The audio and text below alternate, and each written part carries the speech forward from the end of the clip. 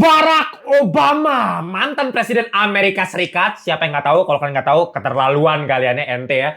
Dan kalau misalnya kalian nggak tahu, Obama itu memang sering banget ngerilis 10 film favoritnya untuk di tahun tersebut gitu ya. Jadi setiap tahunnya biasa dia kasih tahu lah untuk para audiens di masyarakat sekitar gitu. Nah, untuk yang tahun 2023 kemarin, kalau kalian nggak tahu ya, dia udah ngerilis juga nih. Kalian bisa cek nih list 10 film favoritnya si Obama ini ya. Dan kalau misalkan kita lihat nama-nama judul film dari list-listnya dia itu, ya banyak yang terkenal ya. Udah pasti ada Oppenheimer sebagai film terbaik yang memang harus gue akuin yang memang yang terbaik. Kalau kalian pengen cek di top 5 film terbaik di tahun 2023, kalian cek nih di video yang ini ya. Dan termasuk salah satunya juga Air. Ya si Obama juga masukin Air kan. Nah itu gue juga masukin Air meskipun ya kalau Obama udah pasti masukin Air lah, orang Nike, perusahaan Amerika gitu ya.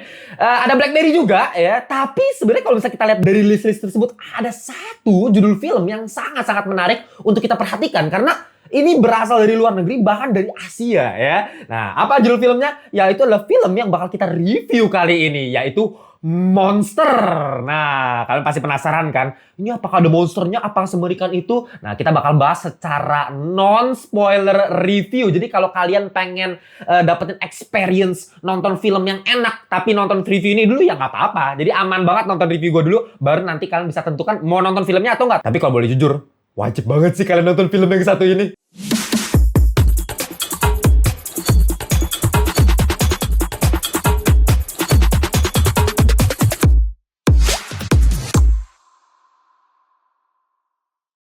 Welcome back to Ngelantur Indonesia. Skui nonton, skip blow on. Jangan lupa kalian semua ya. Oke, kembali lagi di segmen review. Dan kali ini yang bakal kita review itu adalah yang tadi gue udah bilang nih, yaitu adalah film Monster. Nah, gue pengen kasih tau dulu nih, kenapa gue langsung nonton Monster nih di awal tahun. Berarti ini adalah review pertama ya, iya nggak sih? Sebelumnya gue udah pernah review Baron, kalian juga boleh cek nih reviewnya. Tapi itu TV series kan. Jadi kalau misalnya kita mau ngomongin film apa yang pertama kali Bang Timo nonton di tahun 2024, kayaknya sih ya Monster berarti ya. Nah, kenapa gue pengen nonton? Jadi konteksnya gini, seperti biasa kalau dari review Ngelantur, kita tuh lebih ke ngobrol-ngobrol ya. Nggak kayak yang positifnya, negatifnya, ya kita akumulasi. Enggak lah, ribet-ribet banget, formal-formal, kita santai-santai aja. Ya, tapi sebelum kita mulai masuk ke pembahasan, seperti biasa gue pengen kasih tau ke kalian, kalau kalian yang ngakunya miskin ya, yang ngakunya kere gitu, nggak bisa beli tiket bioskop, nggak bisa beli platform streaming Netflix atau Disney Plus atau yang lain-lain, tinggal cek. Gue taruh link di description box, itu adalah link aplikasi keren banget buat nonton gratis, yaitu Fit Now. Dicek aja ya. Oke, langsung aja kita mulai pembahasan dari konteks kenapa gue mau nonton film ini. Ya pasti karena saran-saran dari para Ngelantur Corps ya, itu pertama. Dan kedua, memang gue udah pernah lihat list ini juga dari mantan Presiden Barack Obama ya. Dan pasti tertarik lah. Oh, gila, bayangin film Jepang dimasukkan ke dalam top 10 filmnya Barack Obama gitu. Jadi pasti ini ada something yang special, yang menarik sampai Barack Obama aja suka nih film ini. Nah, awal ya, kalau misalnya kita lihat dari judulnya aja Monster gitu ya. Monster, ya gue langsung ngerasa ini kayak film jangan ini film science fiction atau action atau yang thriller gitu. Yang istilahnya bener-bener ya monster lah, makhluk fantasi gitu. Ternyata bukan, bos. Ya, bahkan dari posternya pas gue pertama kali lihat monster, tapi kenapa posternya itu kalau kalian lihat nanti versi yang portrait atau landscape-nya pun itu selalu menggambarkan dua manusia gitu. Jadi ini kita bisa lihat judulnya Monster dengan font yang bisa mengerikan. Kapan-kapan apa kita buat tier list poster terbaik ya? Karena gue anak desain, jadi gue bisa nilai poster tuh. Nah, kalau fontnya kalian perhatiin monster memang monster gitu kalian. Tapi kalau dari visualnya ini mengandung apa ya, human gitu ya, dua manusia yang saling kejar-kejaran dan anak kecil lagi, lu bayangkan. Jadi sangat-sangat kontradiktif ya dengan judul dari film tersebut. Makanya gue sangat menarik, justru gara-gara itunya gue sangat menarik. Dengan baju yang agak kumuh, dengan muka yang compang-camping. Nah, kalau kalian pengen tahu sinopsisnya, kita kasih tahu dulu kali ya, biar kalian dapat gambar ini sebenarnya film tentang apa sih ya. Jadi ini film tuh sebenarnya ditulis sama Yuji Sakamoto dan disutradarai oleh Hirokazu Koreda ya. Mungkin buat kalian yang memang pecinta Jepang banget, kalian udah familiar nih dengan nama-nama tersebut gitu. Film ini menceritakan seorang ibu bernama Saori Saos Tiram, bukan ya, Ibu Saori namanya nih ya.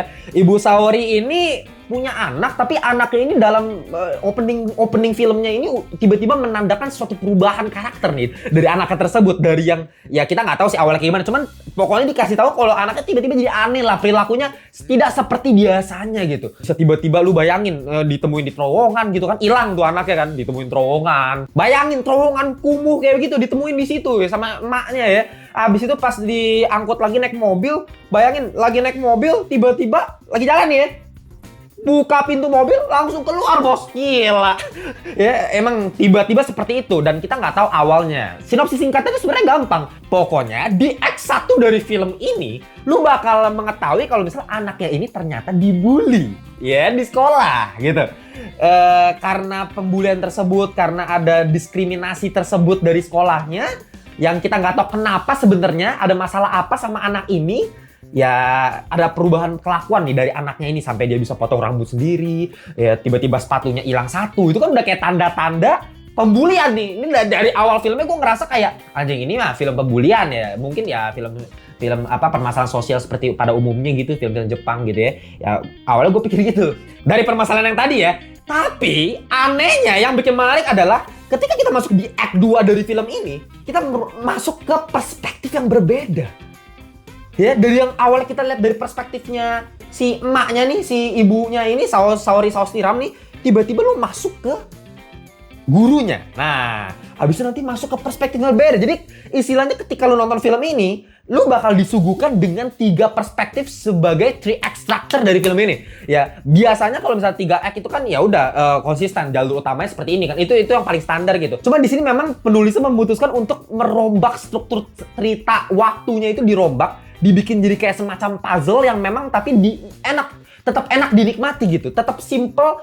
Kalian semua gue yakin bisa lah menonton film ini. Gak kayak Nolan. Kalau Nolan kan memang bener-bener diacak-acak sampai pakai rumus, dia kan pakai garis, ada pattern tersendiri lah kalau Nolan. Kalau misalnya ini mungkin lebih ke kayak Tarantino kali ya, karena Tarantino juga sering pakai efek. Nanti gue bakal kasih tahu nih sebenarnya ini pakai efek apa sih ya. Dan gue udah nonton sebenarnya film orisinalnya dulu nih. Jadi ini sebenarnya gue yakin ada terinspirasi lah dari film zaman dulu. Nah, kita masuk lagi nih tadi ke lanjutan ceritanya ya.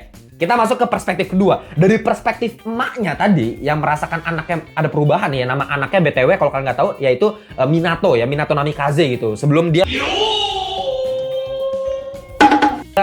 menyegel Kyuubi, memang dia jadi anak yang aneh ini dulu gitu. Nah, baru di act keduanya kalian bisa memperhatikan tiba-tiba kita masuk ke perspektif guru. Guru di sekolah anak ini. Ya kalau kalian nggak tahu nama gurunya adalah Pak Hori. Nah Pak Hori ini kalian bisa lihat di act 1, dia itu kayak sengaja dijerumuskan untuk menjadi sosok antagonisnya gitu, sosok pembuli dari anaknya si Ibu Saori ini gitu loh. Tenang, kalau kalian merasa, loh ini Bang Timo mah spoiler ini Bang. Enggak. Belum. Tenang, gue cuma kasih gambaran sinopsis. Kalau kalian nanti lihat sinopsis singkat dari official film ini juga sama kok sama yang gue ceritakan. Jadi sebenarnya gak ada masalah. Karena memang ada kejutannya dari film ini yang gak bakal gue kasih tau juga karena ini non spoiler kan. Cuma gue pengen kasih tau gambaran singkatnya aja kan. Nah, di act 1 tadi kan lu bisa ngeliat tuh Ibu Saori menemukan anaknya ini ternyata dibully. Nah, ternyata anaknya itu bilang gurunya sendiri nih yang ngebully dia gitu. Yang bener-bener bilang otaknya katanya diganti, replace sama otak babi gitu. Ya, digebuk lah, hidungnya mimisan lah gitu loh istilahnya. Nah, tapi di act 2 kita berganti ke perspektif si Pak Horinya ini. Ya, jadi karakter utama kita jadi si Pak Horinya dari yang tadinya si Ibu Saori, sekarang jadi Pak Hori gitu. Nah, pas kita lihat masuk ke perspektifnya Pak Hori, nggak ada yang masalah. Dia guru yang sangat baik, dicintai murid-muridnya, no problemo gitu ya. Nah, jadi nanti kalian bakal diajak untuk memecahkan ini sebenarnya apa sih permasalahan dari film ini gitu loh. Ketika lu dari awal dijejelin dengan banyak misteri, banyak plot hole ini mulai disisipi di act keduanya ya, di perspektifnya Pak Hori, dan di act ketiganya kita masuk ke perspektif anak itu sendiri gitu. Dari Ibu Saori Saus Tiram ya kan, terus abis itu Pak Ninja Hattori, baru ketiga si Minato Namikaze. Nah, jadi 3 perspektif tuh. Dan yang ketiga itu tentunya karena dari perspektif anaknya sendiri yang memang punya teman. Di sini diceritakan nih karakter utamanya ya si Minato sama si temennya ini. Ya, kalian bisa nanti perhatiin nih. Ini sebenarnya kuncinya ada di sini sebenarnya. Kunci ada 2 di pertemanan mereka gitu. Sehingga membentuk 3 perspektif ini sampai yang ketiga yang menjadi reveal-nya gitu loh. Jadi dari awal dikasih plot hole jadi kayak nyusun puzzle nih, tapi masih banyak yang bolong kan. Nah, di act ketiga itu benar-benar dimasukin semuanya. Oh, ternyata ini, oh ternyata ini, oh ternyata ini. Dan yang bikin film ini sangat menarik adalah setiap structure itu dibuat sedemikian realistik dan kita sangat-sangat percaya di bagiannya tersebut. Misalnya nih, kayak misalnya di bagian pertama ya, pas perspektifnya Ibu Saori gitu. Kita dikasih lihat kan kalau misalnya, oh iya si Minato ini bener-bener kayaknya dibully nih. Ya kita bener-bener believe banget sama karakternya Minato yang dibully gitu loh. Entah sama teman-temannya atau sama gurunya, dan kemungkinan besar sama gurunya karena memang gurunya ini mempunyai karakter yang mencurigakan, bahkan dari perilaku gerak-geriknya. Nah, ini yang gue harus salut banget sama Pak Hori ini, aktornya gila banget, Bos. Actingnya itu ketika yang dia dipanggil kepala sekolah, ketemu sama emaknya, lu bisa lihat nanti deh pergerakannya dia tuh bener-bener kayak ini orang emang brengsek deh. Ya, kelihatannya kayak cengengesan, orang lain udah bungkuk gini kan ke emaknya gitu kan karena udah ngebully sekolahnya, minta maaf kan. Sekolahnya itu kita, nah ini kita dapat another perspektif lagi dari ibu kepala sekolahnya yang punya permasalahan sendiri, nanti kalian bisa lihat gitu. Yang memang apalagi dia memang punya karakter yang memang lebih pengen menjunjung tinggi nama sekolah gitu. Dia nggak mau mengorbankan nama sekolah. Ya, makanya di sini dia bisa rela melakukan apa aja demi itu. Itu kan bisa lihat sangat-sangat kompleks. Jadi isu sosial itu yang ditekankan dalam film ini. Sampai yang baik lagi tadi si Pak Hori ini yang lain pada nunduk, dia kayak agak cengengesan, agak males buat nunduk gitu. Kayak gua ngerasa kayak anjing, ini orang kayak lu nggak seriusan buat minta maaf gitu.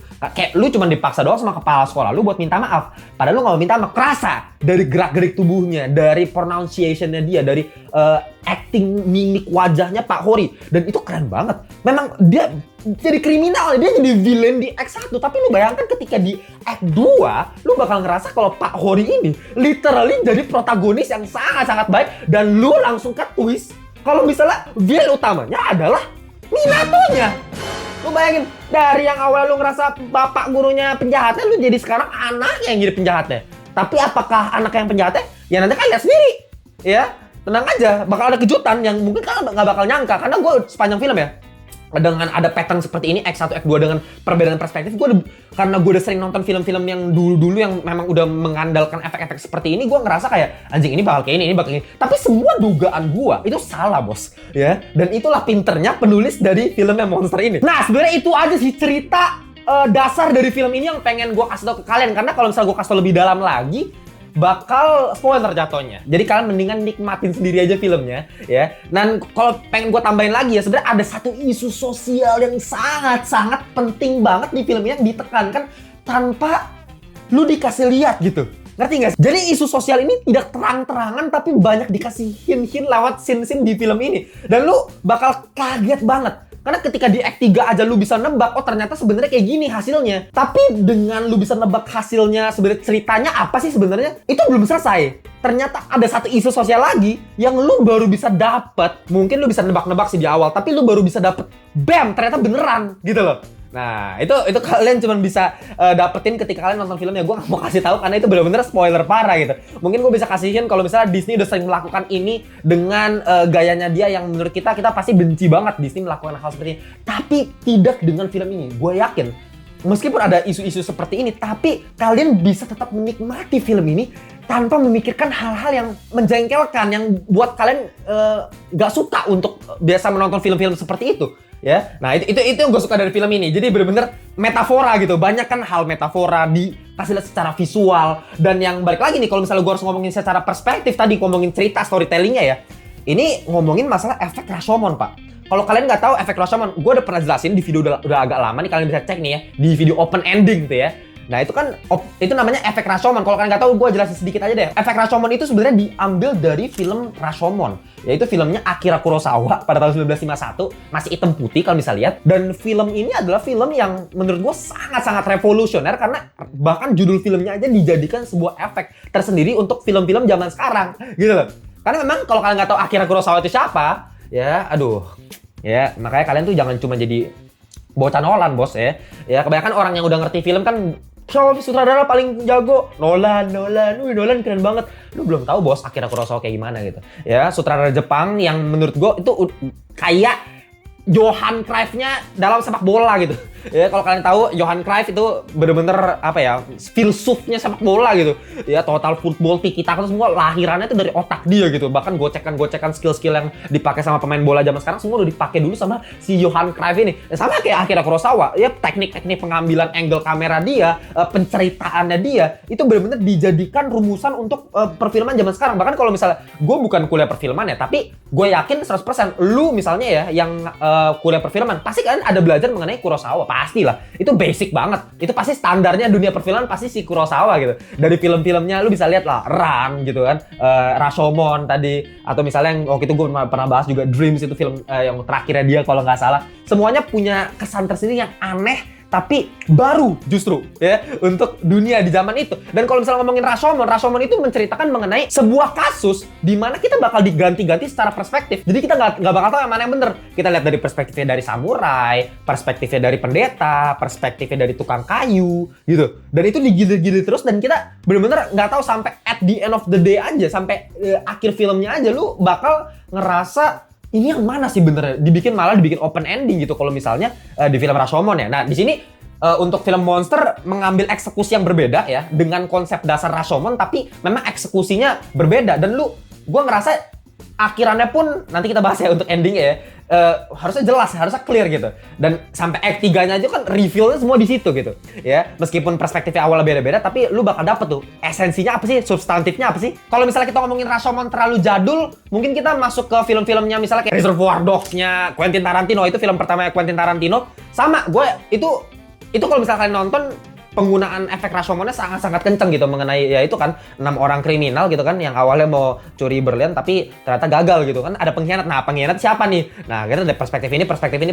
Gue yakin Tarantino juga terinspirasi dari Rashomon, yakin banget gue. Atau misalnya kita mau ngomongin yang lebih baru lagi, lebih modern lagi, misalnya Knives Out gitu ya, film 2019 Daniel Craig mengenai ya detektif gitu-gitu. Nah itu kan kalau apalagi kalau mau ngomongin film-film ala-ala detektif gitu, itu efek Rashomon penting banget ya, penting banget, lu harus pelajari bener-bener karena itu dasarnya kalau mau ngomongin sebuah kasus-kasus, karena kasus itu kan kita harus lihat dari berbagai macam perspektif yang ada gitu. Nah, untuk film monster ini dengan penceritaan storytelling yang udah kental banget dengan Rashomon efek, tapi didukung lagi dengan visual yang sangat-sangat memanjakan mata. Ini dia yang gue suka banget. Seolah-olah ini film tuh kayak gak usah banyak macam dialog sana sini atau ada narator, kagak ada bos ya. Beda jauh sama kayak Aquaman bos. Mohon maaf nih kalau misalnya kita kompor sama Aquaman 2 Aquaman dulu udah kayak gue langsung jadi kayak ngerasa gue masih kelas 2 SD gitu, didongengin sama mak gue gitu.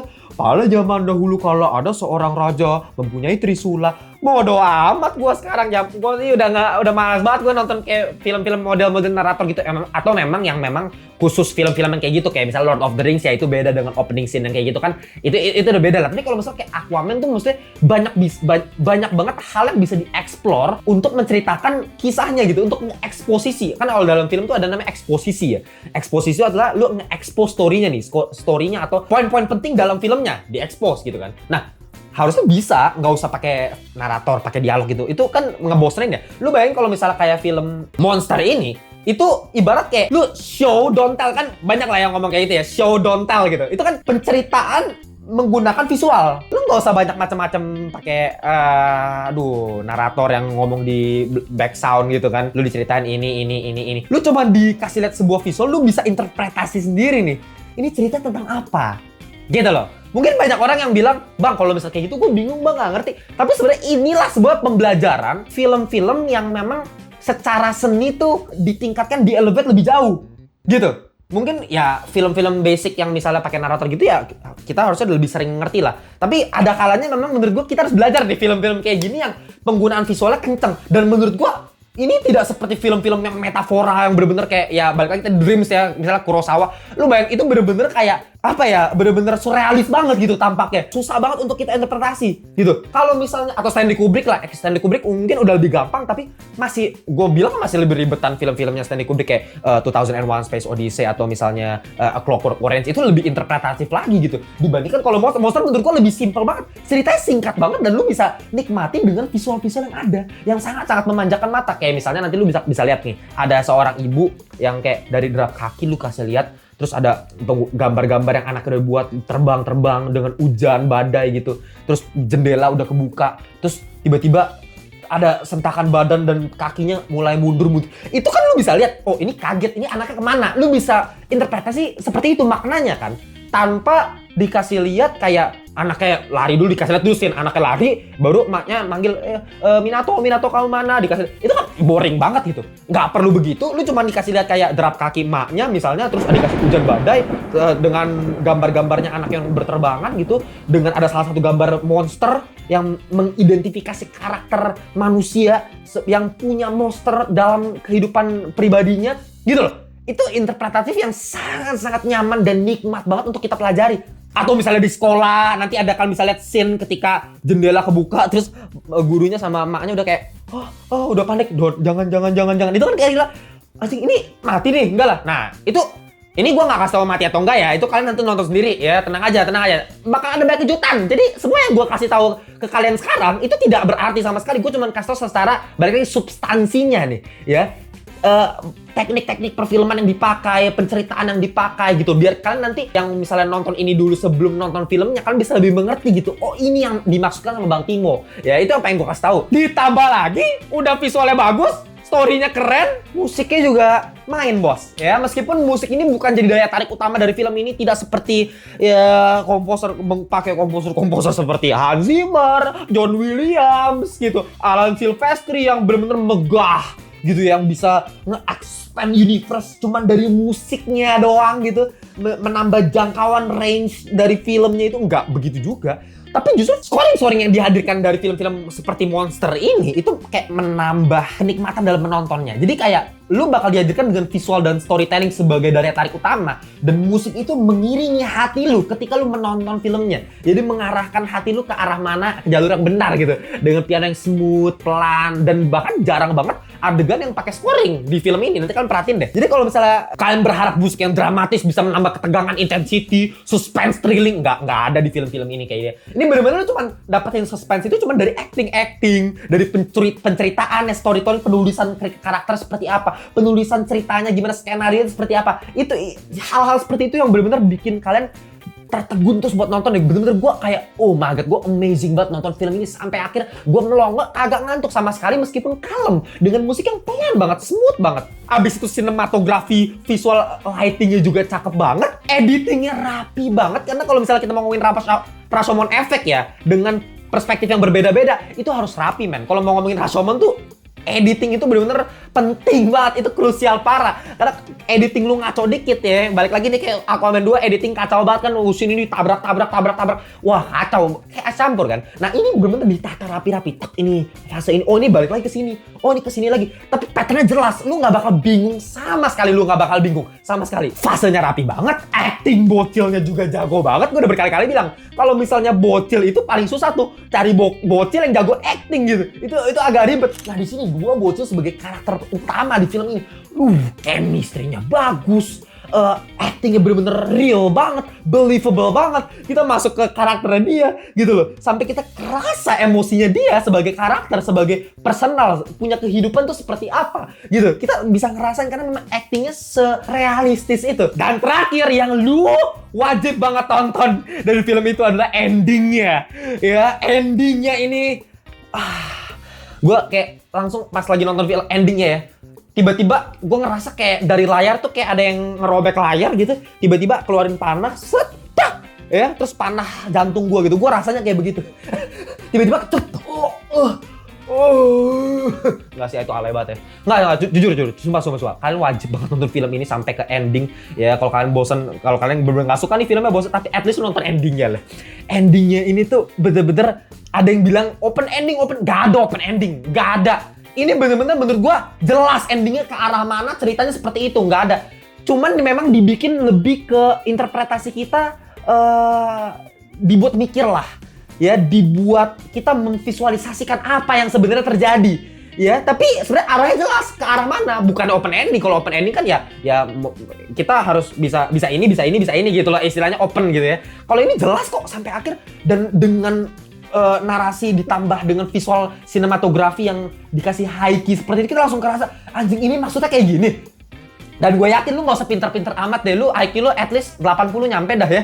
IQ 80 nyampe lu bisa ngerti nih, oh ini endingnya kayak gini. Ketika lu mencapai titik makna dari ending tersebut, ketika lu bisa mengerti, oh endingnya seperti ini, itulah saat dimana panah tersebut nancep di jantung lu. Dan lu bisa tiba-tiba keluar air mata. Gue jamin lu bakal nangis nonton film ini. Nangis Bombay. Jujur gue keluar 1 kali tetes air mata. Gila. Deep, emosional, gak usah bacot-bacot gitu istilahnya, cuman visual yang menggambarkan makna yang sangat-sangat dalam dari film Monsters ini. Itu aja sebenarnya untuk dari film Monsters ini. Selebihnya kalian mending nonton sendiri filmnya, rasakan sendiri. Menurut gue ini underrated karena lagi-lagi kenapa ini film cuman tayang di CGV atau Cinepolis ya. Dua-duanya kalau nggak salah. Tapi kalau di XX1 setahu gue nggak bakal tayang nih film Monsters. Sayang banget ya, tapi buruan daripada ini keburu abis nih. Ini salah satu film festival juga loh ya. Kapan? Jarang-jarang nih kalian nonton film festival tapi yang agak ringan. Sebenarnya ringan loh, gampang banget dicerna gitu. Dibandingkan film-film festival lainnya memang perlu kita logikanya butuh lebih dalam lagi, kita butuh lebih tahan lagi gitu untuk nontonnya. Ini lebih santai aja. Gue yakin film drama yang banyak banget bisa dinikmati, bisa kita tangisin bareng-bareng gitu ya. Oke, jangan lupa nih sebelum kita lanjut ke pembahasan berikutnya, gue pengen kasih tau kalian nih, ini baju official merchandise dari Ngelantur. Gila, Spider Fisher gue yang gambar pakai tangan sendiri. Kalian bisa cek-cek nih gambar-gambarnya nih ya. Gila, bahannya aja Cotton Combat 24S. Gila, plastisol, sablonnya manual. Lu mau berapa tahun juga nggak awet banget. Dan apalagi gambar gue gambar pakai tangan gue sendiri, bos. Gue sketsa dulu, otaknya dari gue, idenya semua dari gue. Kalian bisa cek bajunya lewat link yang gue taruh di bawah di Tokopedia. Tinggal beli, kita langsung kirimin ke rumah kalian. Oke, sebenarnya itu aja untuk masalah apa yang bisa kita nikmatin dari film Monster. Cuma kalau misalnya gue harus kasih kelemahan, bang, dari tadi cuma ngomongin kelebihan doang. Oke, untuk kelemahan gue cuma nemuin dikit banget dan ini nggak krusial. Jadi nggak ada kelemahan yang signifikan yang bisa gue temukan dari film Monsters ini yang krusial banget, yang parah banget deh ini film. Wah, ini ngaco. Nggak ada sama sekali. Paling yang gue temuin itu cuma masalah durasi aja yang menurut gue agak kepanjangan ya. Ini kan kalau nggak salah durasinya itu 2 jam 6 menit kalau nggak salah ya. Dan menurut gue sebenarnya ini bisa dibikin kayak 1 jam 50 maybe gitu loh. Istilahnya lu bisa kurangin 15 menit atau 10 menitan gitu dari film ini, dipotong di act 3-nya terutama. Di act 3 menurut gue banyak adegan dua bocil ini yang bisa di-cut sih sebenarnya ya, nggak terlalu perlu amat gitu. Jadi lebih compact rasa ceritanya, biar nggak terlalu kayak dimolor-molorin di act 3-nya. Kalau soalnya gue ngerasa di act 3 terlalu dimolor-molorin. Gitu-gitu aja sih. Itu pun kayak mau udah jadi begini aja, nggak usah dipotong-potong pun udah bagus banget, udah keren banget. Makanya ya langsung aja gue kasih final score ya. Final score dari film Monsters ini adalah 9,5/10 alias top Marco top. Gila nggak, bos ya? Baru awal tahun 2024 film pertama yang gue review udah top Marco top gitu. Jadi kalian gak usah ngata-ngatain gue, lu film lu sampah semua banget. Ya, lu FYP-nya lu ya, kerjaan lu kan filmnya superhero doang kan, makanya Fast X gitu. Yang memang sampah gitu. Five Freddy emang sampah gitu. Ya kan kalau review-review kayak gini kalian gak bakal tonton kan? Kalian semua bocil-bocil MCU atau bocil-bocil gamers ya. Ya cuman ya itu yang pengen gue kasih tahu, kalian bisa punya pendapat yang berbeda lah. Gue yakin banget kalau kalian gak suka juga gak apa-apa. Kalian tulis aja di kolom komentar kalau kalian udah selesai nonton film dari Monster ini. Ya meskipun balik lagi film Monster ini kan sebenarnya tayangnya 2023 ya, cuma baru tayang aja di Indonesia gitu. Jadi kalian buruan langsung tonton film Monster ini. Jangan lupa kalau kalian pengen follow kita di Instagram, di TikTok, cek link yang gue taruh di bawah. Dan gue juga saran kalian kalau pengen kalian join grup WhatsApp kita di Ngelantur Corps. Itu udah isinya 600-an atau udah 700. Jangan-jangan sekarang member Ngelantur Corps udah rame banget. Ya kita bisa ngobrolin seputar perfilman, TV series, dan jadwal-jadwal mengenai live. Kita selalu ada live Jumat Sabtu ya, antara Jumat sama Sabtu maksud gue, malamnya biasa ada live jam 8-an kira-kira ya. Oke, gitu aja. Kita jumpa di segmen review berikutnya. Bye-bye semuanya.